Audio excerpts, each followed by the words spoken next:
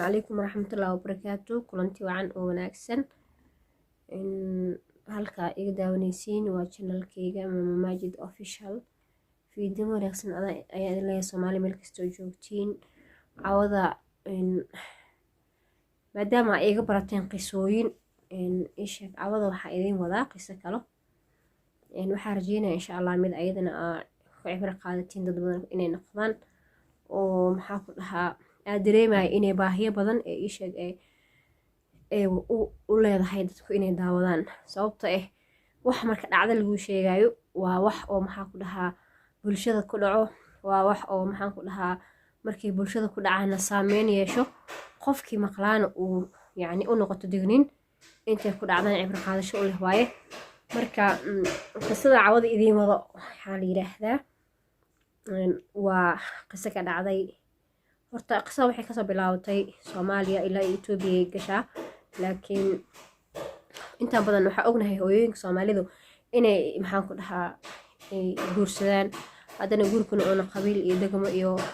oo lahayn dal oo lahayn laakiin calaf u yahay qaladna oo ku jirin oo yani qalad ahayn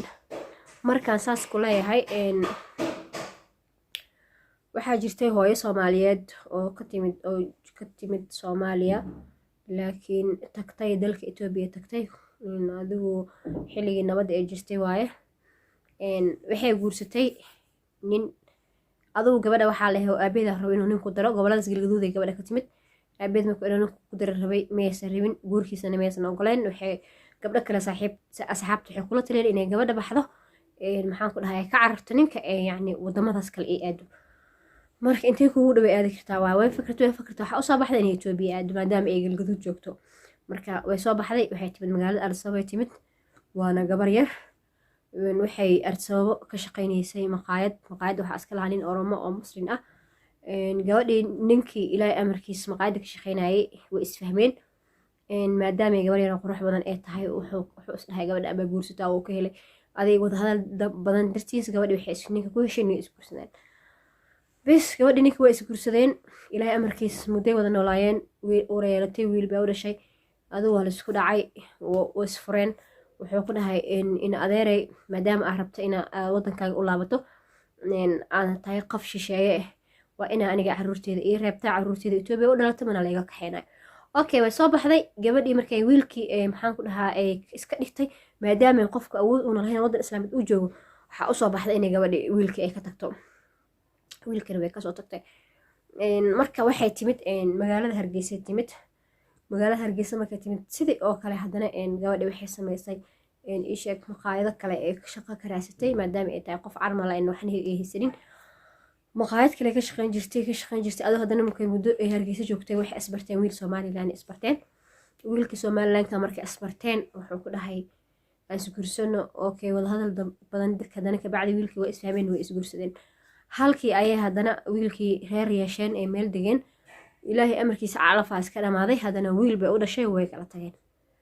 markay kala tageen wax ayaama ka bacdi wuxuu ku dhahay waxay dhahday aniga maadaama wadankan ilmo mar hore anigu aabahay ka soo carada aan soo galay hadana aan wax mustaqbal u jeedin waxaan rabaa inaan waalidkii u tago oo duco iska weydiisto oo u laabto caruurteedana qaatay ay kula tahay wuxuu ku dhahay maadaama aad rabto inaad wadankan ka tagto oo wadankaaga aado أنا ريوقوي هاي أدينا أكل الجدود كإمات وأنا عروتي إذا أنا جنا إيركتها إسلا سيدك يهرو كلا هاي دي مسك كوديرن إني عنقي كودكتو ويسكدكت ويلكي ويسكتكته إن سنة بدن ما قبلي سومالي مك كلاوت حم كلاوت الجدود وحيس كجوسة وذات كلا أو حيس كذا شيء عرور كلا لبعض سنة كسوريكتي لو بدي ويل دب ما وحسوسين مالنا مين كشيجين maalmaha kamida wiilkeedii oo ah Itoobiyaanka ahaa uu dhoofay magaalada dhan uu iska tagay wuxuu ahaa wariye yani journalist weyn ahaa oo soo saara jaraa'id soo saaro caan ah wiilkii kale maxaan ku dhahaa reer Somaliland Axmed al Ijri asagana sida magaciisa lagu soo gaartay qisada Axmed asagana wuxuu ahaa Somaliland uu joogay muddo laakiin kabacdi asagana magaalada dhan uu tagay wuxuu ilaahay isku raadinaya ma ogtahay waa goonideeda Axmed iyo midka kale Ciise la dhahayo Itoobiyaanka waxay degnaayeen laba guri iska soo horjeeda laakiin ma isgaranayn nina wuxuu dhigaa jaamacadu macalinka yahay nina waa wariye labada wiil marka wiilkii axmed oo ahaa isheeg jaamacadda dhigaaye oo hore hargeysa u dhashay iyo wiilka kaloo ciise oo asagana ahaa journalistaha oo laba guri iska soo horjeeda iska deganaayen muddo iska deganaayen fara badan mana is isgaranayn laakiin kor bay iska salaami jireen sababta wiilka oo etoobiyaanka nin waxaa dhalay soomaaliga aad u yaqaanay oo soomaali ku dhex dhaqmay oo aad looga yaqaanay arsababaa dhalay marka wuxuu dhahay wuu iska salaami jiray wiilka markuu guriga soo galaya labadooda shaqo ka imaada way isa salaami jireen laakiin wax kale aqoon kale mayna isku lahayn maalin maalmaha kamid ah soomaali waa taqaanaa markay wadan tagaan ama ay maxaan ku dhahaa ay wax qabsadaan waxay iska jecel inay waalidkooda ay raadiyaan axmed wuxuu sameeyey aabihiis uu dhoofiyey wuxuu geeyey dalka ingiriiska gaar ahaan magaalada dhan uu geeyey gurigii uu ku noolaa axmed uu aabihiis geeyey maxaa dhacay marka wiilka etoobiyaanka ah wuxuu sitaa sawirka hooyadiis sawirkeedu sitaa aabihiisa wuxuu ku dhahay maadaama hooyada ay baxday soomaali ay ahayd waxaa laga yaabaa inaa nolol dambe isku aragtiin ani xasuustaana hooyada ka hayaa gabar timo dheer oo qoor dheer oo dhaxyar oo jarjaran oo asana u tilmaamay sawirkan uu siiyey dhegta agteedana qoray kuleedahay ku dhaha hooyada waa tasaweeba ka muuqdaa sawirka wiilkii sawirkii meel muhiim oo gashtay aad u jeclaa hooyadiis inuu arko laakiin waqtigaa u diiday maalmaha kamid axmed aabihiis wuxuu soo firiisan jiray banaanka marka axmed aabihiisna wuxuu uga sheekayay asagana inay hooyadiis ayaad gabar saa u eg oo aadana dhegta hanqar ku leh marka sheekadii ilaahay isku aadinaya waxaan axmed aabihiis banaanku soo fariistay markuu banaanka soo fariistay meesha shaah iskaga cabaa kafee meesha iskaga cabaa museega isku oday waayeel waaye mar walba banaankaas iska jecel inuu iska soo fariisto casiiradii waxaa meesha kusoo maray wiilka etoobiyaanka dhowr mar wuu arkay wuu salaamay aday alxaasil marka dambe waa isbarteen museegi iyo wiilkii markaas way sheekaysteen wuxuu ku dhahay aniga intaa deganahay wiilkan oo axmed la dhahayo okay axmed maa dhashaa koraa iska naqaanaa wiilkaas oo jaamacadda macalinka ka ahaas dhalay meeshaanaan deganahay kawaran caawana la soo cashee bal maadaama 3 nin oo ragan hayo oo wada famil aan ahayn bal caawada anakana la soo cashee sidii habeenkii cashe axmed ciise loogu sameeyey habeenkaas way soo wada casheen waxba maxaa la dhahay wax akhbaar ma la kala helin habeenkii labaadaa lasoo laabtay wuxuu ku dhahay niyo aniga idin waramo ani etoobiyaan ahay soomaaliga waan aqaanaa aabahayna waa yaqaanay oromaa u dhashay laakiin ani hooyadayaa soomaaliya abtiyaashayaatiina barasho wanaagsan wiilkii waxa iska dad jecel oo ahaa oo etoobiyaanka wuxuu dhahay ani hooyadayaa ah soomaali oo gaar ahaan gobolada galgaduud meel dhahay ee hooyada ka imaate maxaa ku dhahaa sawir xataa waan ka haystaa museeguu soo bada wuxuu dhahay ani xataa wiilkayga hooyadiis galgaduuday ka imaatay waa isguursanay wayna iga tagtay wiilkana way iiga dhaqaaqda asagoo 1 sano jiro kadibna ma iisoo laabanin marka saasaa asna hooyadiis ku maqanta ayadan hooyadiisna waa reer galgaduud marnaba ismay dheheen labadii wiil oo asal dhalateen laakiin qadara meesha ku jiro ilaahay amarkiis museega marka wuxuu uga sheekeeyey wiilkan yarka wiilkiis wuxuu uga sheekeeyey hooyadiis inay halkaas ka timid inay saas ahayd inay galgaduud u dhalatay xataa aabaheedii magaceeda aabaheeda saddexaadna wuu u sheegay oo wiilkay soomaaliga wuu haystay wiilka ormadana sidoo kale hooyadiis magaciisa saddexaad wuu haystay habeenada kamid ah haddana waxaa leebal haddana cawada isla casheynayna dadka ilan friends ay noqdeen diris ay noqdeen way saaxiibay way isfahmeen somaa habeenkii dambe haddana waa laisla casheeyey waraa laisku keenkeenanayo ani hooyadii sawirkeeda haystaa waay museega xoogaa yara dareenaa galay wuxuu dhaha bal sawirkaa sheegaysid balkeen museegana waxaa maamada gabadhii cunuga u dhashay waxay uga sheekaysay inay wiil oramo dhashay lagana soo reebta kana soo tagta museega warbixintaas uu haystay laakiin asaga laftirkiisa kuma soo dhacsanayn xasuustiisa laakiin markuu dhahoodii sawirkeeda waa haystaa xoogaa museega dareenaa gala wuxuu ku dhaha orod hooyada sawirkeedii balkeen wuu baxay sawirkii wiilkii wuu keenay museega wuu arkay inay sawirkii xoogaa qofkani muddana way kasoo wareegtay laakiin bartii uu ku aqoonsado meesha dhan qorta uga taalla wuxuu ku dhahay wiilkan maamadan anigana wiilkaana ii dhashay wiilka oo soomaaliga wuu soo booda wuxuu aniga oomab ila dhalan aaba etoobiyaan say wax kaa yihiin aabay anaa historiga hooyada haayo oo ramay dhashay wayna kasoo tagtay waana wiilkaana umalaynayo because sawirka wata waa sawirka hooyada hodanaa la dhihi jiray asagana hooyadiis hodanaa la dhihi jiray haye way qoor dheereed sawirka waa ujeedaa waa naagtima dheer hadda korsoo kaagama sheekeen haa qisadii waatana waa gabartima dheer oo qurux badan oo cad oo qoor dheer waatana waa sidii ilaahay amarkiisa labada wiil xoogoo waxay dareemeen inay isku soo dhawaadeen waxay dhaheen maadaama anaka aan hadda shakisana inaan soo shaki baxnaa rabnaa dhaqaatiir caafimaad badan ee mareen wiilasha inay isla dhasheen way soo ogaadeen alxaasil odaygii labada wiil waxay heshiis ku galeen inay isu soo raacaan soomaaliya ee tagaan xamar ee horta tagaan qabiilka ay raadiyaan ima inkasta museegana qabiilka yaqaani soomaaliga aad u yaqaani wuxuu dhaha qabiilka anaa garanayo dhusmareeb ay degaan haddii dhusmareeb laga waayo gurcela laga heli karaa waa soo baxeen ilaahay amarkiis museegii markay xamar kasoo degeen waraaqi kusoo qorteen familigii daday tuseen dadki waxaa loo tilmaamay in dadkaas maamadaas iyo faamiligeeda inay meeshaas degan matabaan tuulo la dhaha inay degan yihiin marka magaalada matabaan taga kaweediyaa leh qisadaana markaa in kaaga shekeynayo ha u fahmin wax tacbiir ama ay ahayn oo lasoo sameeyey ama sida ay tahay waa qiso xaqiiqa oo dhacday ma fahantay 1998 waa markay tagayaan wiilasha ay tagayaan gobolada dhexe iyo aabahooda yacni midka aabihiisa iyo midka kalena iska aabihiisu kala xuma dhaamo markay meeshii tageen wiilashii maxay dhaheen waraaqdii iyo sawiradii iyo wixii ay wateen meeshii la tageen adiga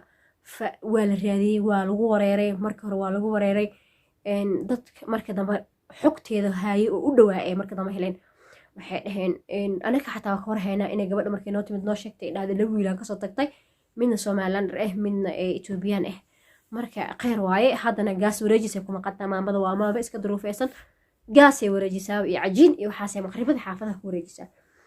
marka aad iyo aaday u duruufeysantaa maamada way baxeen warbixinta kabacdi waa laisla raadiyey maamadii aakhir gurigeeda la tegay maamadii oo gaas wareejiskii ku maqan ay guriga tageen bis ilaahay amarkiis intay sheekeysanayeen nin wuxuu dhaha warniyahow naag kaloo ayadana magacaas lahaa degan intay maamada ka imaanayso bal maantaasoo yar fiirino bal ma isku magac mi ahaa laakiin ayada laba wiila iga maqanin dhahda laakiin labadeeda wiil yacni shaqo kuma laha etoobiyaan iyo hargeysa midna uma dhalanine waa la wiiloo reexamar way iga dhumen dhahda laakiin way iska noqon kartaa aan soo fiirino labada wiil way israaceen midka etoobiyaanka maamada markuu korka arko istaago wuxuu dhaha ani ah hooyaday dhiiggan ima soo jiidanayo shaqana kuma lihin naagtan aniga qalbigeyga ma ii sheegana hooyada kii soomaaliga oo iskaga ordu iska salaamay hooyaday naga maqlo ku dhaha kii etoobiyaanka wuxuu dhaha ani hooyaday maamadan ma aha mana geli karo bal naagta kalaa ku qancaa inaa arko naagti kale ninkii wuu soo celiyey xaafadda kale ku soo celiyey maamadii imaataaba la soo celiyey haye maamada markuu arkay wiilka etoobiyaanka farahu iska bixiyay wuxuu dhaha aniga qalbigeyga ii sheegay inuu hooyaday maamadan ay tahay marka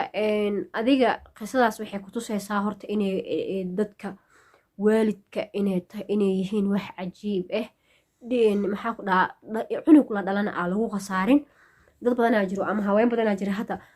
oo yacni maanta lagu dacaydeynaa inay la dhahayo inta cunug ka dhashay laakiin waxaas yaa lagaa dhaadhicin weligaa sababto ah qof owlaadiisa ku khasaaraya adduunka ma jiro dheeraa dhawaaba ma lagu khasaarayo wiilashii hooyadood way arkeen ayadana way ku qanacday wayna u sheekaysa qisadaasa u dhacday inayna xumaana ka ahayn gabar yaroo iska socotan ay ahayd ilmihii markii qof walba uu kula dhigo wadankiisa u joogana ay awood u yeelan weysa inay dadka kula dirirto ciyaalkiisaas darteedna ay oga soo tagtay yacni cabsi darteed ay oga soo tagtay marka wiilashii way soo kaxeen hooyadood magaalada muqdisho soo dejiyeen waxay dhahan halkan ku noolaa maadaama anaga hadda aan fiisa ku wadin oon barasho kugu dhimaadna waa inaan mar kaleeto hooya aan kusoo habeynaa oo wax kuu soo raadinaa museegana meesha maamada cafis weydiisto wuxuu ku dhahay iska kay cafi anigu haddaan dadaali lahayn oon intaas anigu warbixin aan sheegi lahayn intaas maanta ma aan isasheen adiga wiilkaaga anina qof xun ma ihi marka sidii ay faamiliga isku fahmeen marka qisadaasoo kale waxay ku tusaysaa inuu qof markuu wax dhalo ay muhiim tahay in horta ilmihiisa raadsado hooye markay wax dhasho ani horta cunugaan dhalay ka tag kama ogolaan lahayn in xabad laygu dhufanayo ma sheegin laakiin inkaas way dhacdaa hooyo kale in ilmaheeda ka tagto ee dhahdo meesha waa lagugu dilaa ama saana lagu yeela ama duruuf awadeed ay u dhigto laakiin waxaa kuu sheegaya ilaahay wuxuu isku raadinaya wax kala qarin kara adduunka ma jirto marka qiso laga sheekeynayana waxa qisada lagu leeyahay lagu sheegay dhageysigeeda waxay muhiim u tahay waxaa waaye inaa wax ka fahanto adduunyada problemka ay leedahay inaa haddii xataa laga yaabo inuu ilmo kaa maqan yahay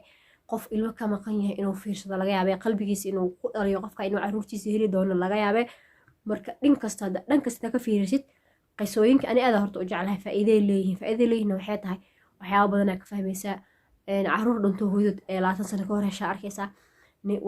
waxsaani adi markaas u dhageysatid qisooyinka maskax badanaa laga faa'iidaa marka ilaahay ii sheeg intaad caruurta ka maqantan allah u sahlo inta kaleetana ee la waayana ayagana intay ka maqantan allah u sahlo intaan dhalina allah siisan dhihi lahaa owladu waa wax cajiib ah waalidiintana waxaa kula talin lahaa ayagana inay caruurtooda ay xifdiyaan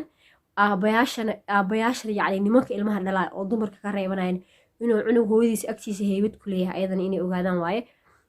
markastana wiil oo hooyo u baahan yahay xataa gabar iyo wiilba wax walba oo aad dhishid waalidkooday u baahan yihiin marka cunugana wuxuu ku fiican yahay waxaa la dhahay shaah hadduu ku agcabo hooyadiis ama uu caano ku agcabo naag aan dhalin midka shaah hooyadiis ku agcabaa qurux badan shaah bigaaska hooyadiis ku agcabo because kalsoonigu ku koray soomaha iyo niyad same marka qisadeyda halkaasay ku egtahay cawada inaa waqtiga in dheereeyana ma rabo intaan janalkayga ka bixin waxaa idinkan dardaarmaya inaa isiisiin subscribe share like comment wax walbo inaa isaacideysiin walaashiina ahay horumarkeyga waa horumarkiinana waa horumarkeyga intaa barnaamijkan oo kale ku kulmeynana waxaa idinkaga tagayaa assalaamu calaykum.